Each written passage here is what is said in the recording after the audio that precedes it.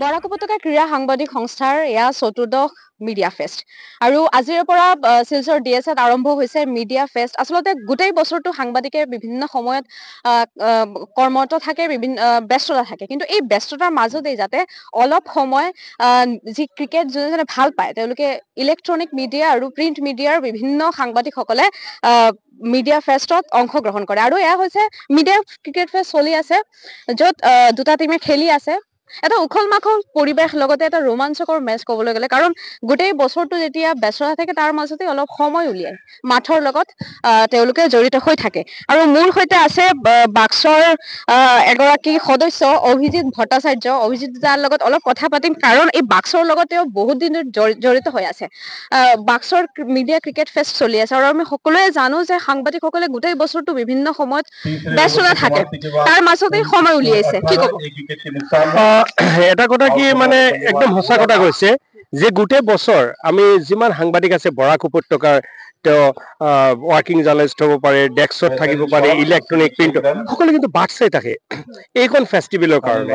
যিটো আমাৰ নামটো হ'ল কি, যিটো টুৰ্ণামেণ্ট নহয়, এইটো হ'ল বাক্স মিডিয়া ক্ৰিকেট ফেষ্ট এবাৰ 2025 বছৰীয়া, যিটো 14 বছৰ চলি আছে। 2012 চনত কিন্তু এইখিনি আৰম্ভ হৈছিলে আৰু এইবাৰ 14 বছৰ, অহা বছৰ হ'ব আমাৰ গৌৰৱৰ 15 বছৰ। আমি যদি চাই থাকো যে গোটেই বছৰ আমাৰ নিচিনা সাংবাদিক বা তুমিও এজন সাংবাদিক, এইবাৰ তুমিও এটা দলৰ লগত জড়িত আছা। আচলতে গোটেই বছৰ, গোটেই দিন 365 দিনৰ মাজত 360 দিন আমালোকে কেনেকা নিউজ কৰিব লাগে, কি কৰিব লাগে, সেইটো লৈ চিন্তাত থাকো।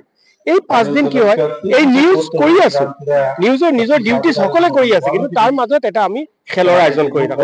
এইটো আচলতে সকলোৱে উৎসাহিত হৈ থাকে যে মিডিয়াৰ এটা ক্ৰিকেট ফেষ্ট হৈ থাকে। 6টা টিম আছে, 6টা টিমৰ মাজত 4টা আছে কৰিমগঞ্জত, শিলচৰত 2টা, এটা কৰিমগঞ্জ, এটা হাইলাকান্দি খেলি আছে। এইসকল কিন্তু কোনো একদম যে সদায় যে প্ৰফেচনেল কোনো ক্ৰিকেটাৰ নহয়, সকলোৱে সাংবাদিক, কিন্তু এই গৰমৰ মাজত কিন্তু খেলি আছে। সেইটোৱে আচলতে আমি এই বছৰৰ 5 দিন অলপ এটা এন্টাৰটেইনমেন্ট, এটা এনজয় কৰি থাকো, সেইকাৰণে এইটো আয়োজন হৈ থাকে। বহুত বহুত ধন্যবাদ জনালো অভিজিত দাও ব্যস্ত, কাৰণ তেওঁ মই কৈছো সক্ৰিয় সদস্য তেওঁ বাক্সৰ।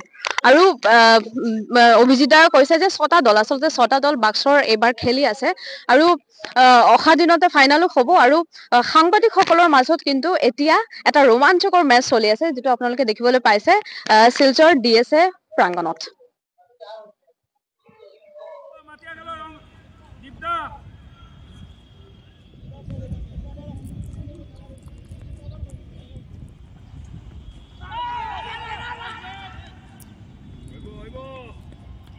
Good going. Shabash.